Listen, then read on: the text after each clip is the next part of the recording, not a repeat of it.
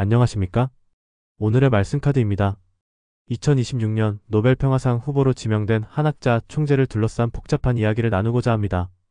이분은 과연 노벨 평화상 후보가 될 위대한 인물일까요? 아니면 국가적인 종교 탄압의 희생양일까요? 한학자 총재 구속 사태에 대한 전 세계 인권 단체들의 시각과 한국 사법 당국의 시각을 살펴보겠습니다. 이 한 인물을 두고 세상은 크게 세 가지 다른 목소리를 내고 있습니다.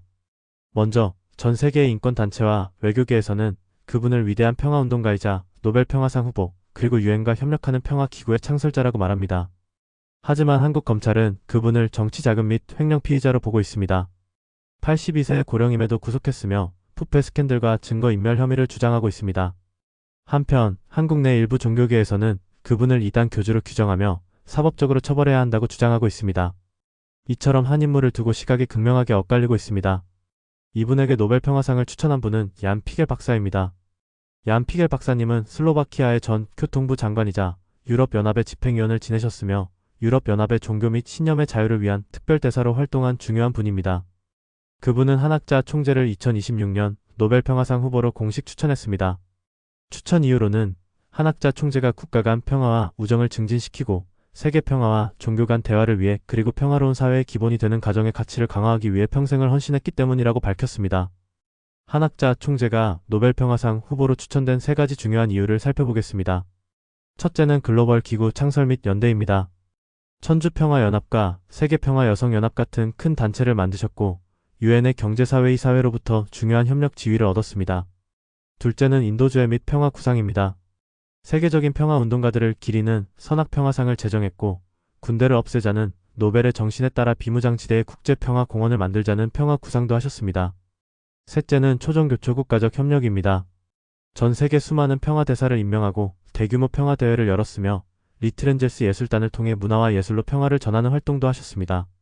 하지만 이렇게 노벨 평화상 후보로 거론되던 82세 종교 지도자에게 충격적인 상황에 놓여 있습니다. 그분이 구속 상태인 것입니다.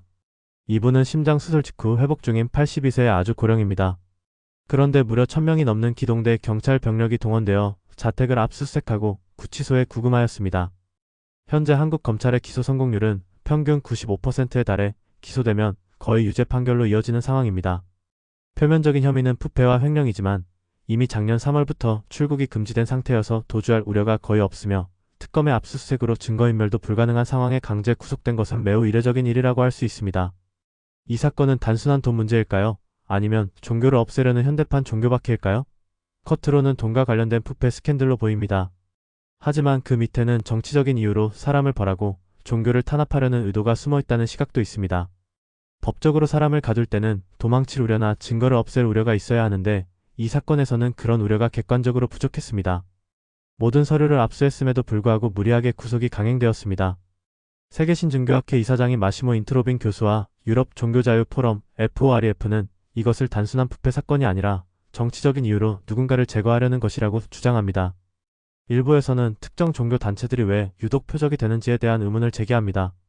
마치 패턴처럼 보수적인 종교 단체들이 수사를 받고 있습니다.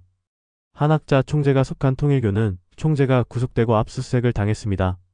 이 사태의 본질을 깊이 이해하기 위해 세 가지 관점에서 살펴보겠습니다. 첫째, 법적 투명성과 사법 정의의 관점입니다. 이것이 과연 부패 스캔들에 대한 엄정한 수사일까요? 둘째, 보편적 인권과 종교의 자유의 관점입니다. 소수 종교에 대한 가혹한 탄압은 아닐까요? 셋째, 정치적 보복의 관점입니다.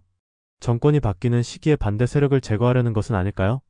이 모든 것을 종합해보면 이 사건은 단순한 돈 문제가 아닙니다. 한국의 민주주의 시스템 안에서 법을 사용하는 권한의 남용과 헌법으로 포장된 종교의 자유가 가장 날카롭게 부딪히는 전 세계 인권 문제의 중요한 현장이라고 할 수 있습니다. 이 사건은 이제 단순한 국내 문제를 넘어 전 세계 리더들이 경고하고 주목하는 국제적인 외교 이슈로 커지고 있습니다.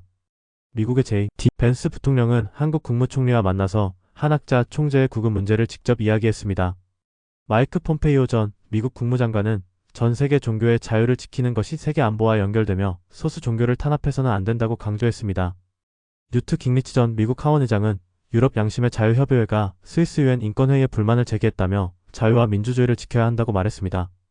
샘 브라운백 전 미국 종교자유 대사는 어떤 특정 종교만 되고 다른 종교는 안 된다는 위험한 생각에 빠져서는 안 된다고 경고했습니다. 이번 사건은 종교의 자유가 어떻게 정치적으로 이용될 수 있는지 보여주는 중요한 사례입니다. 한국에서는 종교 지도자가 대규모로 구속되고 압수수색을 당하며 어떤 이들은 이를 정치적인 종교 박해라고 말합니다. 일본에서는 통일교에 대한 해산 명령을 요구하는 등 특정 생각을 강요하고 억압하려는 움직임이 있습니다. 한국과 일본은 서구 민주주의와 아시아 민주주의를 잇는 중요한 나라들입니다.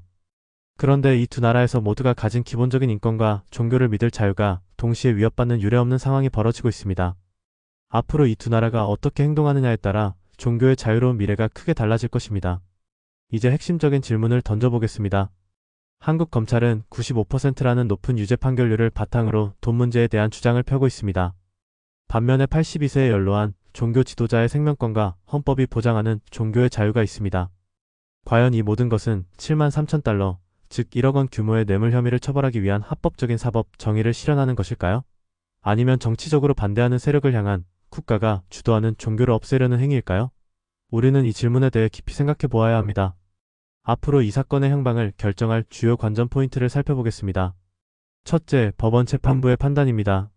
구속이 적절했는지, 그리고 40년 전 자료를 지금도 유효한 증거로 인정할 것인지가 중요합니다. 둘째, 국제사회의 개입 수위입니다. 미국의 벤스 부통령을 비롯한 미국 행정부와 유럽연합, UN 인권위원회가 공식적으로 외교적인 압력을 가할지, 그리고 FOREF 같은 인권단체들이 어떤 활동을 할지 주목해야 합니다. 셋째, 정치 종교 지형의 큰 변화입니다. 동시에 피해를 입은 보수 종교계의 반발이 커질 수 있으며 한국 보수 정당 내부에서도 큰 정치적 파장이 일어날 수 있습니다. 이 사건은 결론이 나지 않은 역설을 보여줍니다. 전 세계는 한학자 총재를 노벨 평화상을 받을 자격이 있는 평화의 어머니로 보고 있습니다. 하지만 한국이라는 국가는 그녀를 구속된 피의자로 규정하고 있습니다. 한 사람과 하나의 사건, 이제 한학자 총재의 재판은 단순히 개인의 형사사건을 넘어섰습니다. 한국의 민주주의와 사법 시스템이 전 세계 인권 기준에 부합하는지 시험대에 오르게 된 것입니다.